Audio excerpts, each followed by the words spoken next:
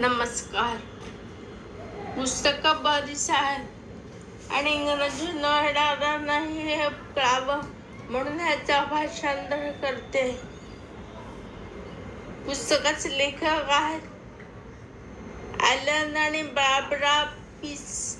पुस्तकाचे नाव आहे का पुरुष एका वेळा एकच गोष्ट करू शकतात आणि स्त्रिया बोलणं नाही थांबवू शकत.